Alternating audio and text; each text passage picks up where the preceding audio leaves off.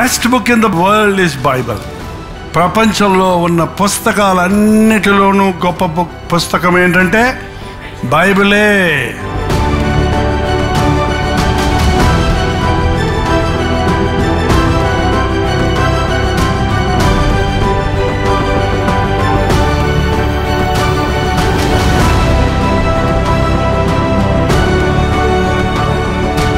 నిజంగా నువ్వు ప్రభువుని ప్రేమిస్తే ప్రభువుకు చెందిన వాటన్నిటినీ ప్రేమిస్తావు నువ్వు.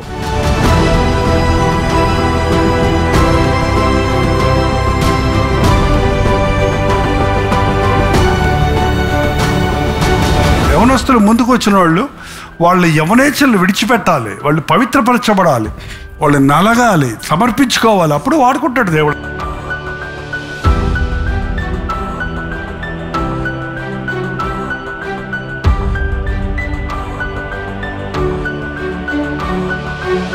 ఈరోజు చాలా మంది దేవునికి వ్యతిరేకంగా బతికే వాళ్ళ మనస్సాక్షులు చచ్చిపోయినాయి. కాబట్టి వాళ్ళు చేసే తప్పని వాళ్ళకి తెలియదు. నువ్వు చెప్పినా తెలియదు, నువ్వు కొట్టినా తెలియదు, నువ్వు ప్రేమతో చెప్పినా తెలియదు, నువ్వు ఎంత బతిమలాడినా తెలియదు వాళ్ళకి. మనసాక్షిని చంపుకోవద్దండి. మనసాక్షి చురుగ్గా ఉండాలి. చచ్చిన మనసాక్షికి ఎప్పుడు జీవం వస్తుందో తెలుసా? ఎప్పుడు బతుకుతో తెలుసా? దేవుని సన్నిధిలో ఉన్నప్పుడు ఆరిపోయిన దీపాన్ని ఆయన మళ్ళీ వెలిగిస్తాడు. నీ మనస్సాక్షి మళ్ళీ రగులుకుంటుంది కాబట్టి పశ్చాత్తాపం వస్తుంది.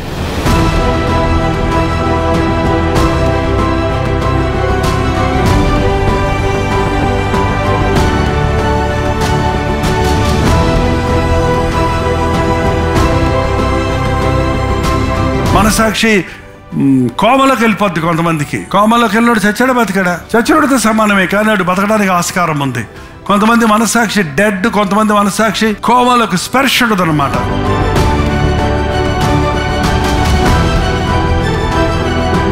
ఏంటంటే అనస్థీషియా ఇచ్చినోడికి ఎట్ట చూడండి పొడిచినా కూడా ఏం తెలియదు, అట్లా ఉంటుంది కొంతమందికి. అలాంటి స్థితిలో ఉన్న వారిని తిరిగి లేపటానికి ప్రభు శక్తి కలిగిన వాడుకున్నాడు.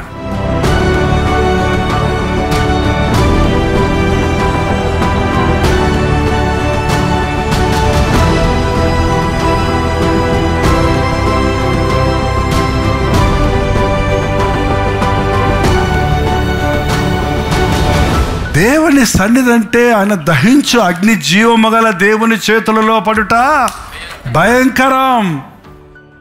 ఆటలాడొద్దు. అంత ప్రేమ కలిగిన దేవుడే, అంత కనికరం కలిగిన దేవుడే, కానీ నువ్వు రాంగ్. ఎలక్ట్రిసిటీ చాలా మంచిదే, మనకి ఎంతో మేలు చేస్తుంది. వెలుగు ఇవాళ ఎలక్ట్రిసిటీ లేకపోతే ఏది జరగదు. కానీ దాంతో ఆటలాడితే, దాంట్లో ఏలు పెడితే, దాన్ని మిస్యూజ్ చేస్తే భయంకరమైన డేంజర్, అపాయం.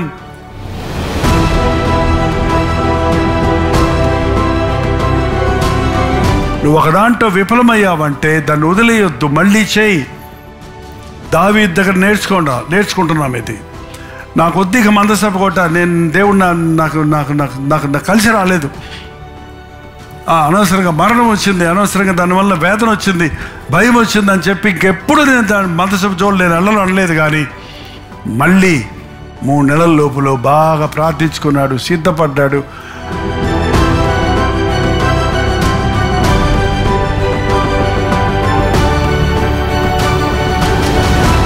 దేవుని చిత్తంలో చేయి, దేవుని సమయంలో చేయి, దేవుని విధానంలో చేయి, దేవుని కొరకు చేయి. తప్పక నువ్వు చేయడంతా సఫలమవుతుంది.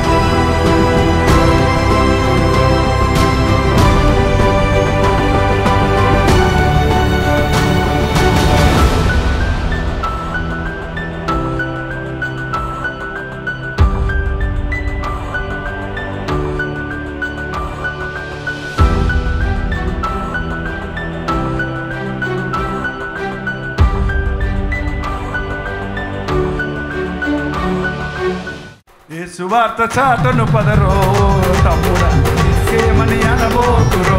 కమాన్. ఈ సువార్త చాటను పదరో తమ్ముడా, నాకేమని అనబోతురో. హల్లెలూయా. ఈ సువార్త చాటను పదరో తమ్ముడా, నాకేమని అనబోతురో. ఈ సువార్త చాటను పదరో తమ్ముడా, నాకేమని అనబోతురో. పల్లె పల్లెల్లో, పట్టణాల మూలల్లో, ఆడవాడల్లో, మేడల్లో, పల్లె పల్లెల్లో, పట్టణాల మూలల్లో, ఆడవాడల్లో, సొగసైన మేడల్లో, వార్త చాటను పదరో తప్పుడా నాకేమని అనబోకురో. హల్లెలూయా. యేసు వార్త చాటను పదరో నాకేమని అనబోకురో. యేసు వార్త చాటను పదరో తప్పుడా నాకేమని అనబోకురో. హల్లెలూయా.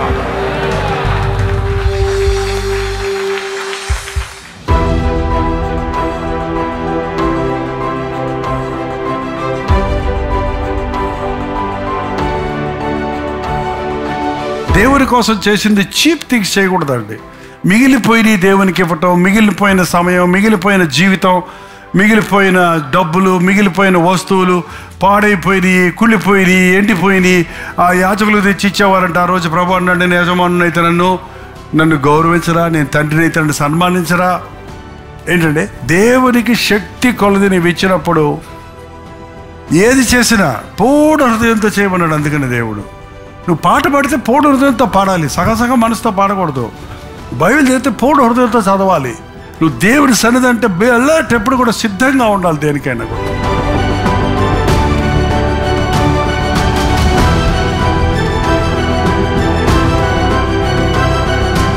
దేవుడు ఆశీర్వదిస్తే అది ఎన్నటన్నటికి ఆశీర్వాదం. దేవుడు ఆశీర్వదించిన వాడిని ఎవడో పాడు చేయలేడు. దేవుడిచ్చిన సంతోషాన్ని ఎవ్వడు తీసేయలేడు. దేవుడిచ్చిన దీవెన ఎవ్వడు తీసేయలేడండి.